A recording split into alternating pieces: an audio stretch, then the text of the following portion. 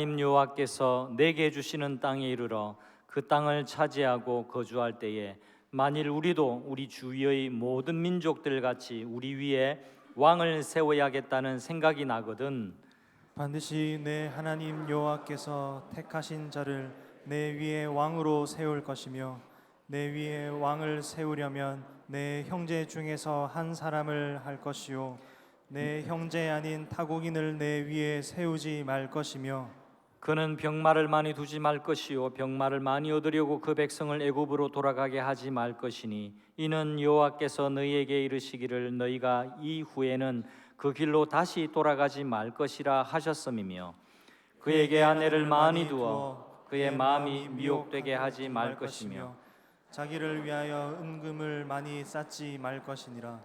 그가 왕위에 오르거든 이 율법서의 등사본을 레위 사람 제사장 앞에서 책에 기록하여 평생에 자기 옆에 두고 읽어 그의 하나님 여호와 경외하기를 배우며 이 율법의 모든 말과 이 규례를 지켜 행할 것이라. 함께합니다.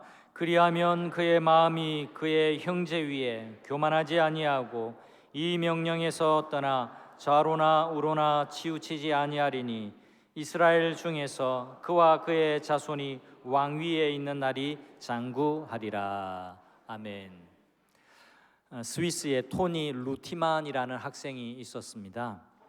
고등학교를 막 졸업했을 때였는데요. 그때 무슨 일이 생겼냐 하니까 에콰도르에서 엄청난 지진이 일어났습니다. 그 소식을 듣고는 이 토니의 마음속에 갑자기 그 사람들을 도우러 가야 되겠다라는 마음에 엄청난 부담감이 밀려왔습니다. 이때가 1987년이었습니다. 검색하면 다 나와요. 그러니까 우리 동양, 우리 인근에는 일본이 불의 고리에 위치해 있고 그 다음에 쭉 가서 불의 고리 끝부분 지점에 칠레와 에콰도르가 있습니다. 그러니까 항상 우리 옆에 일본처럼 지진이 많은 나라인데 1987년도의 지진은 어마어마했습니다.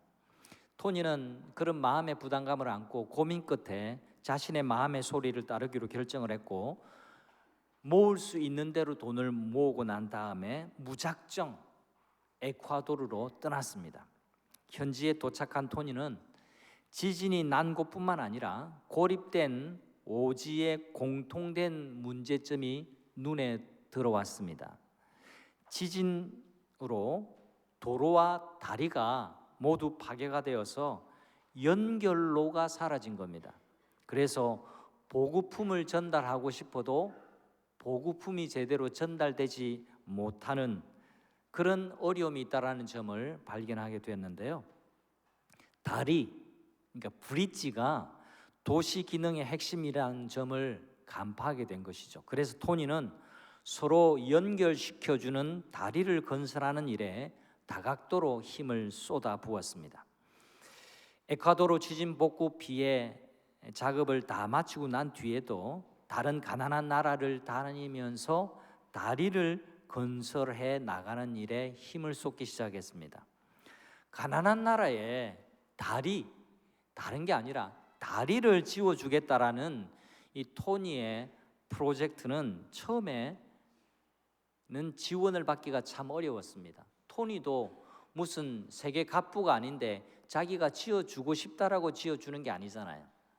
그러니까 제안서를 내고 또 기업으로부터 또 자선단체로부터 또 이렇게 선택을 받고 또 지원금을 받아서 다리를 놓아주는 그런 일을 했는데 처음에는 지원을 많이 안 해줬습니다. 그러나 지칠 줄 모르는 그의 열정, 노력으로 자재를 공급해 주는 회사들이 많아졌습니다. 그래서 지금까지 토니가 중남미와 동남아의 오지들을 찾아다니면서 놓은 다리만 해도 무려 300개가 넘는다고 합니다. 별로 놀라지 않으시는데 다리 300개가 장난이 아니에요. 여러분, 그 다리 때문에 여러분 오지가 말로 연결이 되고 보급품이 그 다음에 생필품이 그 다음에 사람의 왕래가 가능해지는 이런 일이 생기게 되는 겁니다.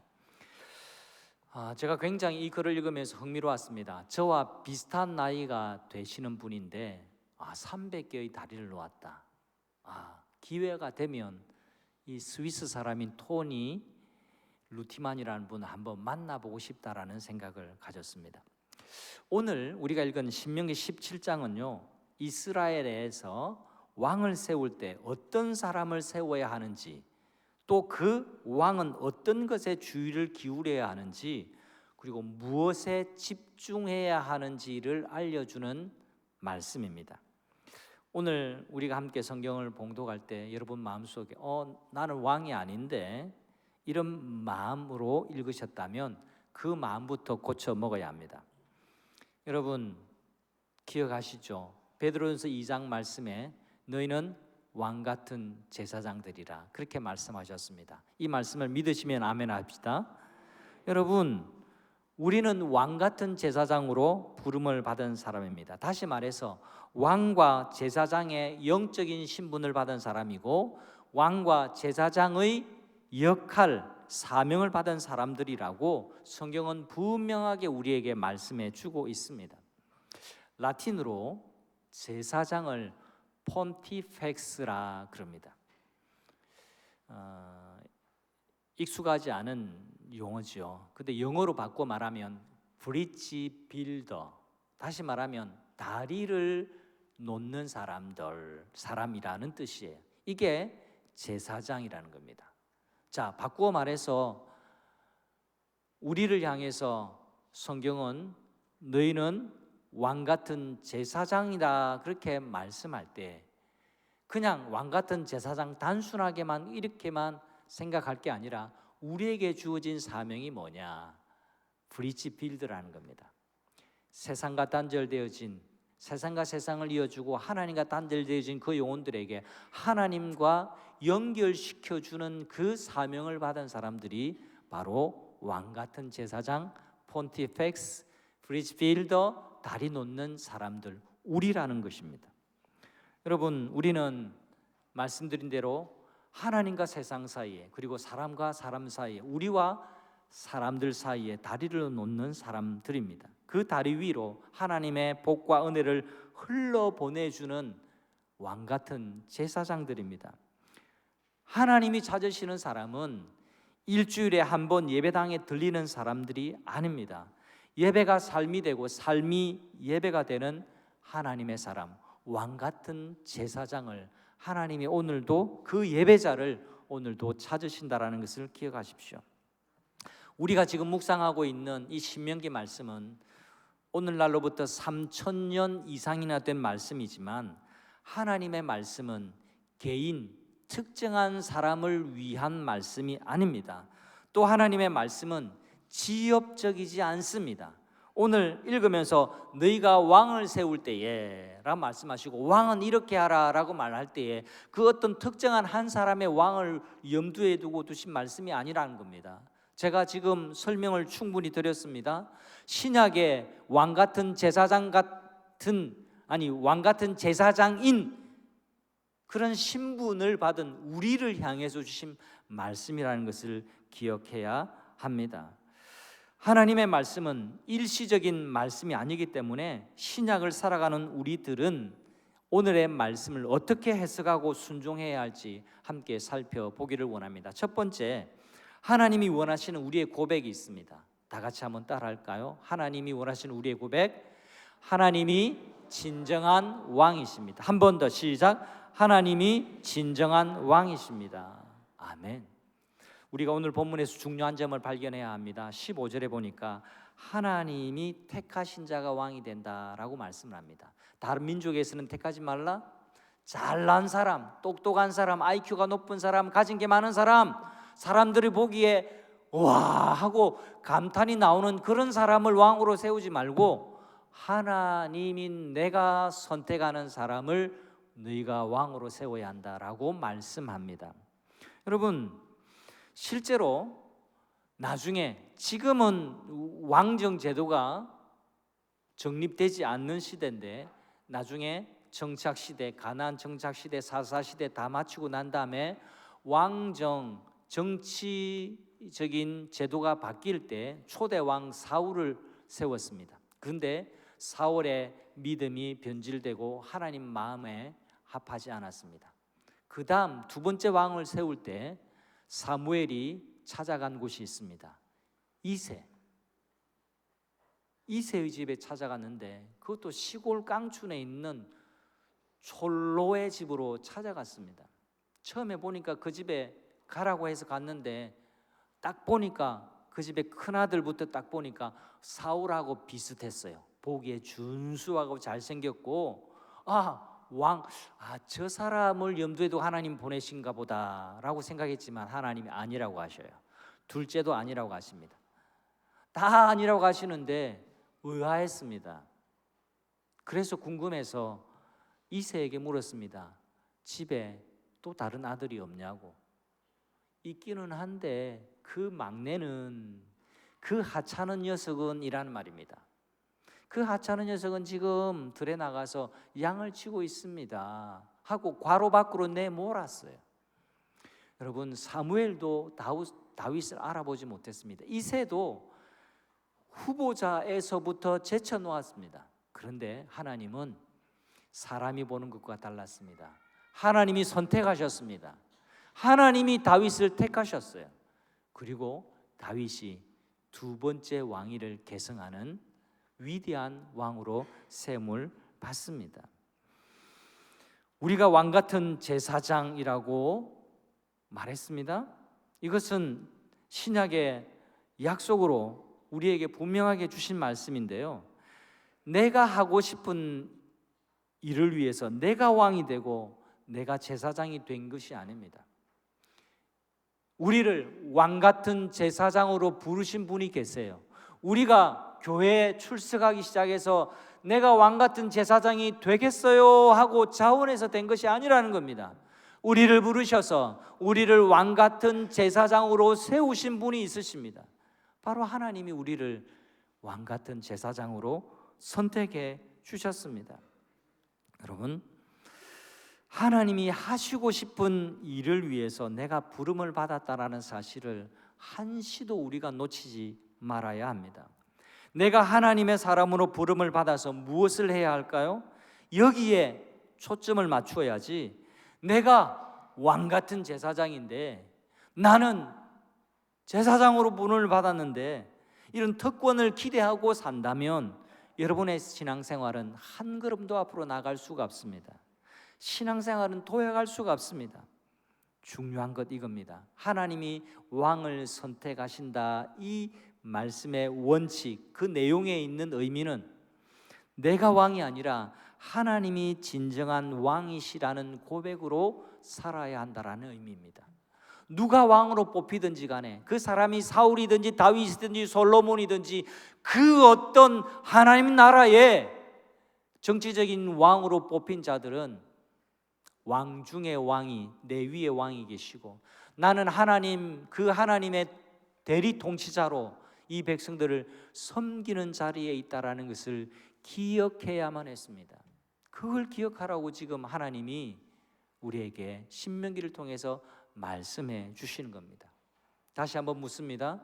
여러분이 왕 같은 제사장이심을 믿습니까? 여러분을 위한 왕 같은 제사장이 아니라는 겁니다. 하나님, 진정한 왕이신 하나님이 세우신 왕 같은 제사장, 다리 놓는 사람들이라는 것을 꼭 기억하십시오. 하루하루 순간순간 살면서 진정한 왕이 계신다라는 것을 마음에 염두에 두고 사는 사람과 그렇지 못한 사람의 삶의 방식은 완전히 달라집니다. 두 번째, 하나님이 원하시는 우리의 삶이 있습니다. 같이 한번 할까요? 같이 읽읍시다. 욕망이 아니라 순종으로 살아가기. 욕망이 아니라 순종으로 살아가야 한다라고 우리에게 말씀하세요. 하나님 앞에 부름을 받은 이스라엘 왕이 피해야 할 부정적인 규칙 세 가지가 있습니다. 첫 번째는 말을 많이 두지 말라, 그렇게 말씀해요. 두 번째는 아내를 많이 두지 말라. 세 번째는 재물을 쌓아두지 말라라고 그렇게 말씀해요. 말을 많이 두지 말라라고 하는 것은 말 숫자 이거 그냥 단순히 액면 그대로 말이 많이 없어야 되구나 이 정도로 이해하시면 안 돼요. 고대의 말이라고 하는 것은 엄청난 군사력이었습니다. 보병, 제가 읽은 글에 의하면 말 한 마리를 타고 있는 기병은 보병 100명 이상을 감당해냅니다. 그렇기 때문에 말을 많이 가지고 있다는 것은 정복할 수 있는 힘, 국방력, 군사력을 어마어마하게 많이 가지고 있다는 것을 의미합니다. 그런데 장차 왕으로 세워질 그 왕을 향해서 하나님이 경계의 말씀을 주시는 것은 말을 많이 두지 말라라는 겁니다. 이 말이 뭡니까? 군사력에 대해서 아무런 신경도 쓰지 말라 이 뜻이 아니라 그 군사력을 의지해서 나라의 경영을 해 가려고 하지 말라라는 겁니다. 이 말씀 그대로는 처음에는 지켜졌습니다.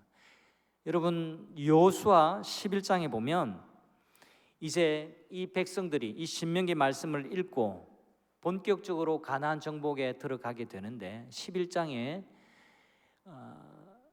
여호수아 모세의 지도력의 바통을 이은 여호수아에게 하나님이 이렇게 말씀하십니다.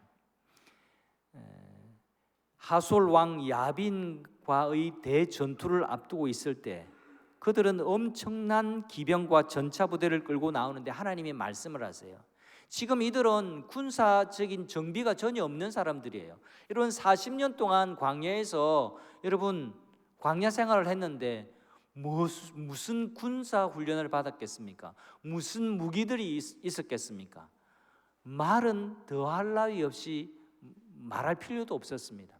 그런데 상대방, 지금 무찔러야 할 상대방은 말과 기병 전차 부대로 가득한 그런 군사력입니다.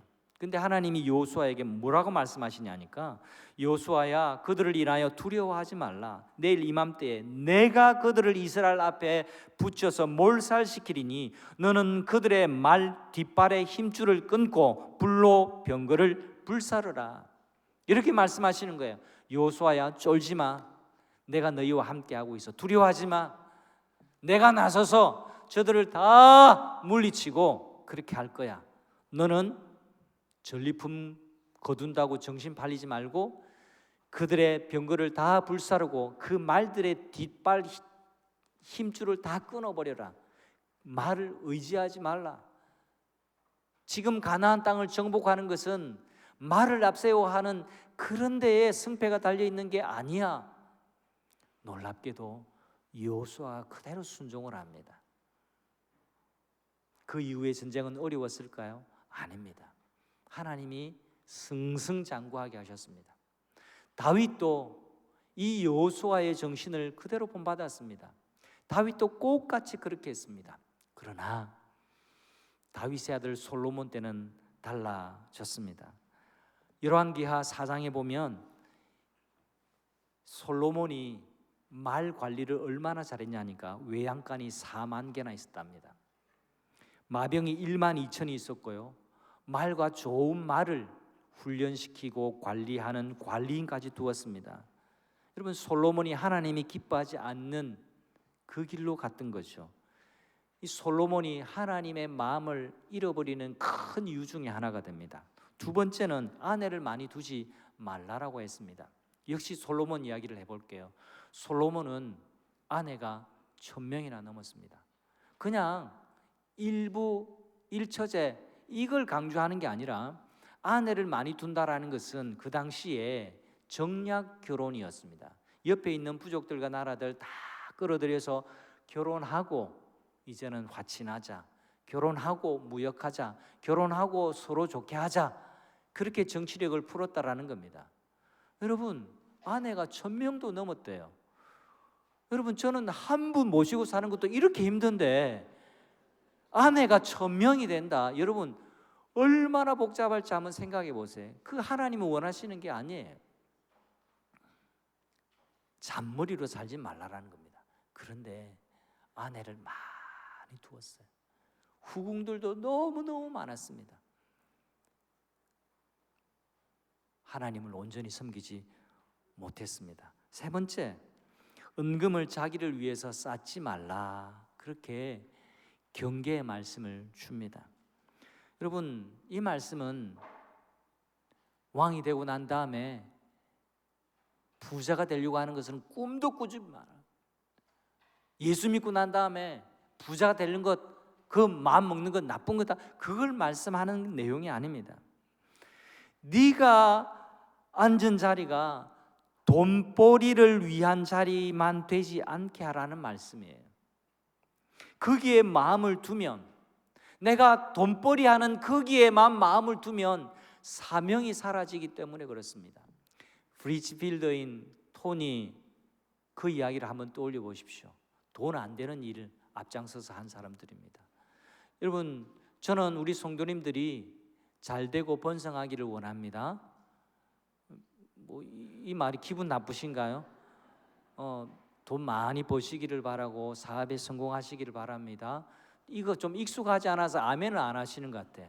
제가 이런 데 자꾸 아멘 강요하는 사람이 아니라서 다시 한번 그래도 한번 대답을 해주세요.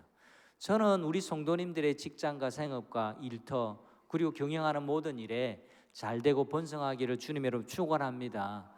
우리 하나님도 그걸 바라시는 겁니다. 여러분이 돈 많이 벌고 부자가 되는 것 하나님이 싫어하는 게 아닙니다. 근데 재물을 많이 쌓지 말라라고 말씀하시는, 왕에게 명령하시는 이유는 그것에만 집중하면, 그것이 이 땅 위에서 전부인 것으로 생각하면 우리를 왕으로 부르신, 제사장으로 부르신 하나님의 본 뜻을 잃어버리고 사명을 잃어버리고 돈벌이에만, 돈 숫자를 세는 것에만 세월을 보낼 수밖에 없기 때문에 경계하시는 겁니다.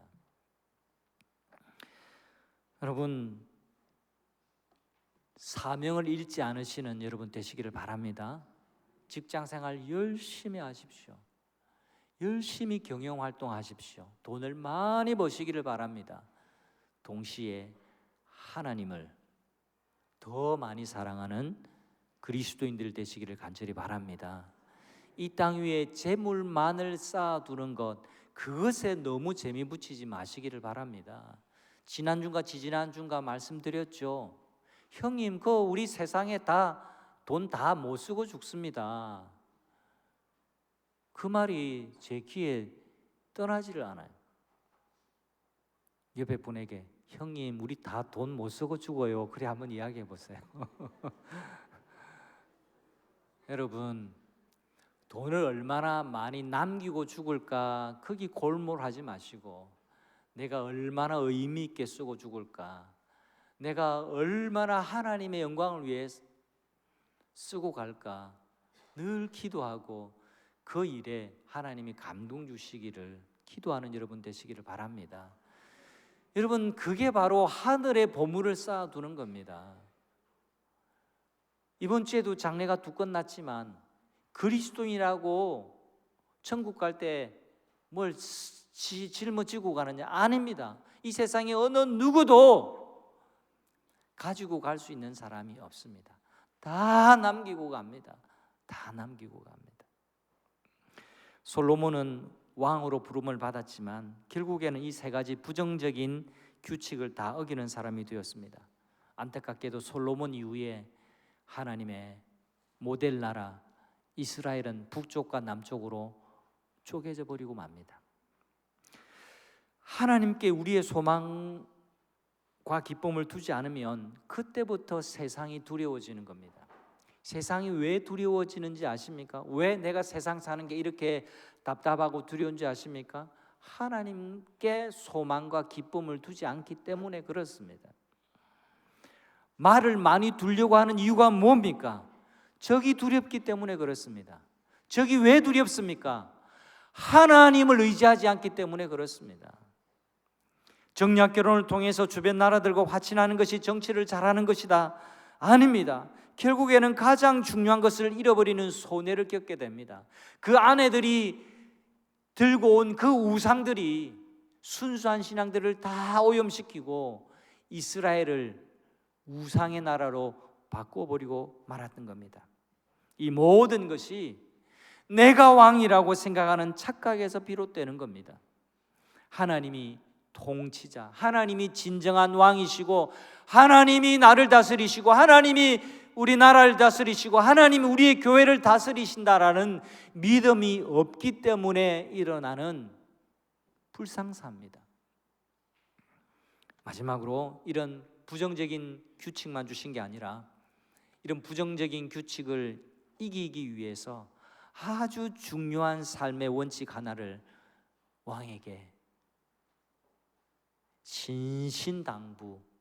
신신당부하셨습니다. 그것이 18절과 19절인데요. 우리 다 같이 한번 천천히 무슨 말씀을 남기셨는지 같이 읽어보기를 원합니다.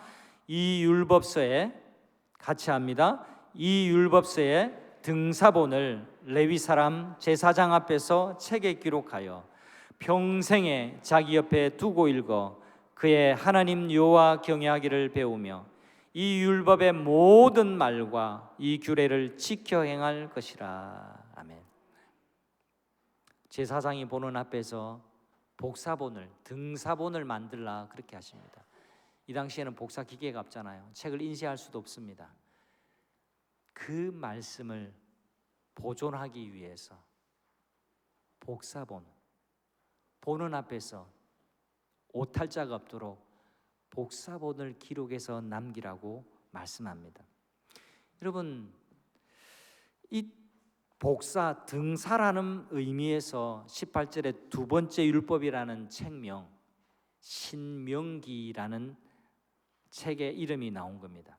성도 여러분, 성경은 다시 보고 또 보고 묵상하고 손에서 떼놓을 수 없는 책입니다. 성경은 마스터하는 책이 아니라 항상 가까이 하는 책이에요.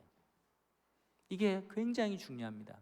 여러분, 여기에 이 자리에 계신 분 모두를 통틀어서 성경을 제일 많이 아는 사람이 누구라고 생각하세요? 저라고 빨리 대답해 주면 뭐 어디 손해가 납니까? 저라고 생각이 안 들어서 그렇게 답을 안 하시는 거예요? 여러분, 제가 그래도 대학을 했고 대학원 2개 했고 박사 하다가 그만둔기도 했는데 더 박사분들이 훨씬 더 많습니다만 제가 그걸 자랑하려고 하는 게 아니라 공부하고 싶으면 됐죠. 근데 목회하는데 이제는 공부가 더 이상 필요 없겠다, 현장이 중요하겠다 그렇게 생각을 합니다. 그리고 진짜 박사님들 많아요. 목사님들, 어중간한 박사님들 많아요. 저는 명함도 내밀지 못할 정도입니다. 그게 중요한 게 아니라 제가 이리 이야기하는 것은 웬만큼 공부하고 성경책도 오래 봤으면 이제는 마스터 했으면 되지 않았을까요? 그러면 옛날에 배운 그 가락으로 성도님들 가르치고 설교하고 저도 목회하면 되지 않을까요? No! 아닙니다. 여러분, 성경은 마스터하는 책이 될 수가 없어요. 항상 가까이 하는 책입니다. 성도님들 중에 참 희한한 분들 계세요. 목사는 일주일에 한 번 교회 온다고 생각하는 분이 계시는가 하면 목사는 책상에 앉으면 저절로 설교가 준비된다라고 생각하는 분들이 참 많은 것 같아요. 그렇지 않습니다. 저도 여러분들과 똑같이 일주일 내내 신명기 말씀을 묵상하고 또 이 말씀 중에서 성도님들과 어떤 말씀, 어떤 생명의 말씀을 나눌까 고민하고 생각하고 연구하고 또 준비하고 기도하고 그리고 오늘 이 강단에 서게 되는 겁니다. 여러분, 말씀은 항상 가까이 할 말씀입니다. 여러분, 기도해 주세요. 이영수 목사가 말씀을 늘 가까이 하는 목사가 되도록 여러분, 그것이 살 길이고 그것이 성도님들이 행복해지는 길인 줄 믿으시기를 바랍니다. 여러분, 제 이야기만 듣는데 그치지 마시고 여러분도 한번 생각해 보십시오. 성경은 여러분의 지식을 채워주기 위해서 주신 책이 아닙니다. 여러분의 삶을 인도해 가시기 위해서 주신 하나님의 편지입니다. 여러 번 읽은 적이 있는 성경 구절인데 내가 다시 읽으니까 전에 느끼지 못했던 감동과 놀라운 사실을 그 행간을 통해서 깨달을 때가 있어요. 귀 있는 자는 깨달을진저. 그런 경험을 해 가시는 여러분들 되시기를 바랍니다. 내가 오랫동안 교회 왔다 갔다 해서 설교도 많이 듣고 성경도 많이 읽어서 아는 말씀이지만 어느 순간에는 성령님이 조명해 주실 때는 내가 알고 있었던 말씀인데 새로운 깨달음과 새로운 마음의 감동을 주실 때가 있습니다. 그게 다른 책과 다른 특별한 점이에요. 여러분들도 그러시겠지만 저도 저희 가정도 힘들고 어려울 때가 있었습니다. 그럴 때마다 하나님의 말씀으로 인도함을 받고 하나님의 말씀으로 용기를 얻고 하나님의 말씀으로 낙심을 극복하고 하나님의 말씀으로 포기하지 않고 하나님의 말씀으로 깨닫고 하나님께 감사를 드리고 그럴 때가 많습니다. 성경을 등사하여 내 곁에 두라, 항상 두라, 그렇게 말씀합니다. 실천적인 것 우리 성도님들께 한 번 더 강조합니다. 이 책을 제가 늘 사라고 말씀을 드리지만 아직 못 사신 분은 다음에 꼭 사시기를 바라고, 이 책을 안 사셔도 좋아요. 안 사셔도 좋은데 여러분 주부에 있는 매일매일의 신명기 말씀, 우리 공동체가 묵상하고 있는 이 말씀을 꼭 읽으시기를 바랍니다. 그리고 우리가 지금 한 가족 예배를 드리고 있는데 부모님들과 자녀들 꼭 읽으세요. 여러분 가정 예배가 별것 아닙니다. 우리가 읽은 이 말씀 가지고 읽고 함께 기도하고 맛있는 것 먹고 자녀를 위해 축복하고 나는 이 말씀 읽을 때 이런 생각이 들었다라고 부모님이 얘기해 주는 것, 여러분 이런 것들을 통해서 한 가족 예배가 이어지는 것이고 신앙이 개성되고 또 믿음이 전수가 되는 겁니다. 여러분 이 실천 꼭 해보시기를 우리 주님의 이름으로 권면드립니다. 여러분 이스라엘 왕에게 있어서 가장 중요한 일은요, 그건 다른 게 아닙니다. 하나님께 집중하는 일입니다. 하나님의 마음에 드는 왕으로 사는 것, 그것이 이스라엘의 왕으로 선택받은 자가 걸어가야 할 길이었습니다. 여러분 우리가 왕 같은 제사장이라고 아주 멋지게 성경이 기록하고 있는데 그 멋진 표현을 멋지다라고만 받아들이지 말고 우리가 왕 같은 제사장으로 부름을 받았다면 여러분 하나님의 마음 들게, 하나님의 마음을 기쁘시게 하는 왕 같은 제사장으로 살아가는 것이야말로 우리가 걸어가야 할 길이라는 것을 잊지 마시기를 바랍니다. 내가 왕이지, 내가 내 인생의 주인이지 라고 생각하는 사람은요, 자신의 욕망과 소유욕, 지배욕은 크게 느끼지만 하나님의 말씀은 정작 들리지 않습니다. 말을 많이 두지 말라, 아내를 많이 두지 말라, 재물을 쌓아두지 말라, 이것 옛날 말씀으로 받아들이면 안 됩니다. 오늘날도 마찬가지입니다.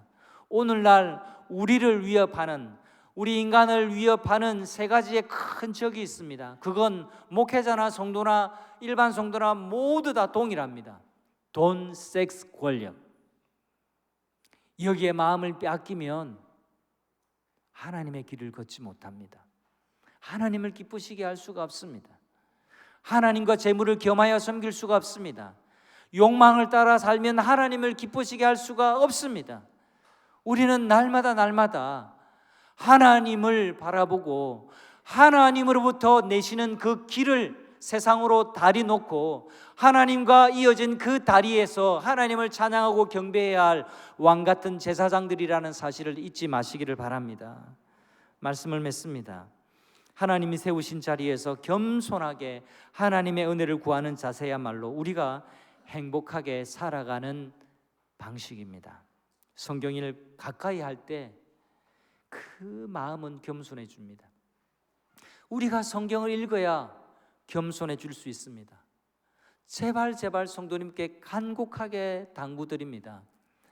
교회만 오래 다니지 마시고 성경이 가르치는 바를 따라서 그 가치를 받아들이시고 성경적인 삶을 살아가는 여러분 되시기를 바랍니다. 여러분, 살아오던 삶의 모습 다 내려놓고 하나님이 기뻐하시는 말 하시기를 바랍니다. 남들에게 상처 주지 마시기를 바랍니다. 내가 하고 싶은 말을 쏟아내면서 살지 마시기를 바랍니다. 하나님이 하라고 하시는 말, 덕이 되는 말, 하나님이 기뻐하시는 말 많이 하고 사시기를 바랍니다. 사람들을 섬기는 삶을 사시기를 바랍니다.